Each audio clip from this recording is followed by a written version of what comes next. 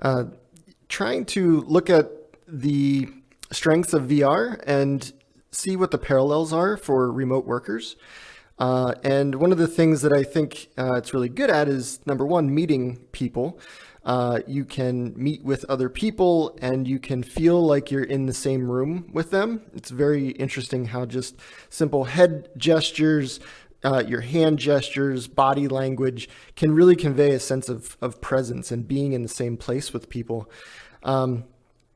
So one of the other things is it's very typical that we have meetings with clients, and they have meeting rooms and they have whiteboards. So pretty much every meeting room that you go to has a whiteboard these days. And this is something we can do in VR in real time remotely. So you wouldn't have to meet at a physical location. You could get together in a VR space and have these sort of tools. And so I want to show you some of those tools today. I'm going to switch my camera to my point of view. This is just a flat landscape that I've created because the application itself is going to be the focus of everything. So I have the index controllers, which allow you to kind of move your fingers. It detects your fingers. Jared, did you knit those gloves? Yeah, with Blender, actually. So this is, so this I've set up. This is a sort of whiteboard replication. This was built in VR in this environment by another group of folks called Polylogics. They build some really cool tools in here for the community to use. And this is called Neotoshop. So it's like Photoshop, but in Neos. And the way that this works, currently you can grab off one of these brushes and equip it. And then when you're close, you can see a little circle on the whiteboard, and it basically just draws on the whiteboard. So we could, draw whatever you want to.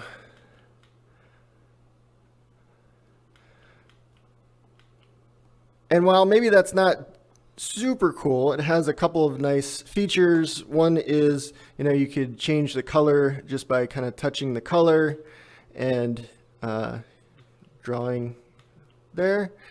You can create some layers. You can save your colors so you can access them quickly later.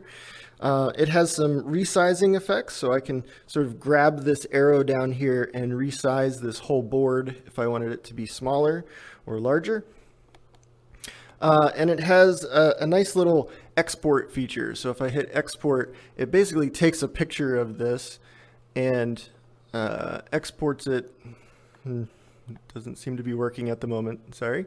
It usually exports an image up here at the top, and then you can take that, you could save that to your hard drive right from Neos. So that's one way you could go about this. Before this tool came along and you could sort of draw on these flat board, the way you did it was a little differently. You draw just in the air. And so I have a couple of different brushes laid out here and a little bit of help text that just says how to equip the tools. There's a little bit of a trick to just grabbing it. You grab a tool and then you have to actually attach it to your hand. And that's just a matter of double gripping, basically. And then any of these, I can simply dip my brush in like you were painting and then start drawing. That's not gonna... So I can just draw in the air. So that's kind of nice too, because for illustration purposes, you could picture somebody else being in here. I'm trying to illustrate an idea. I just pull out a brush, change the color, and can kind of show them exactly what I'm doing. The other nice part about this kind of not being on the board is that I can just grab it and move it because it's actually a three-dimensional object. So kind of nice because then you can change it around. Then I could connect these things, do whatever you want there. There's different kinds of materials within Neos. These are just some typical color palette material orbs that I've put out. but you can also do things like have different kinds of brushes. You can see the tip of this brush is very long. And so when I equip that, I can change it to other things, and you could use it like as a highlighter. So you can kind of see through it and use it, much like you'd use a highlighter. So a little bit more flexible even than like a traditional whiteboard, I think.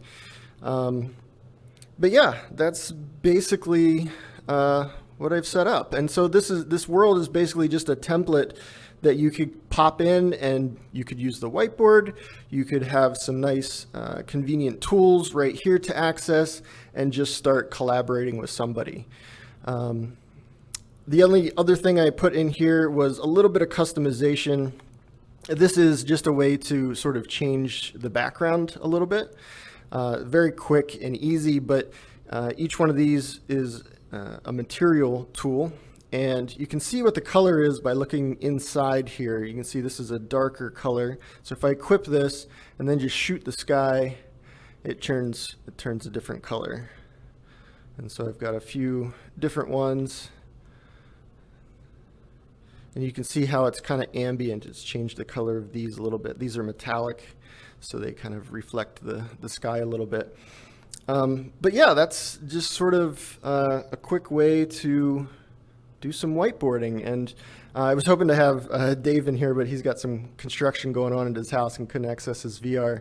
But that would kind of illustrate how two people could be in this space and doing this in real time together, talking and whiteboarding. So I'll stop there for the moment and see if there's any questions.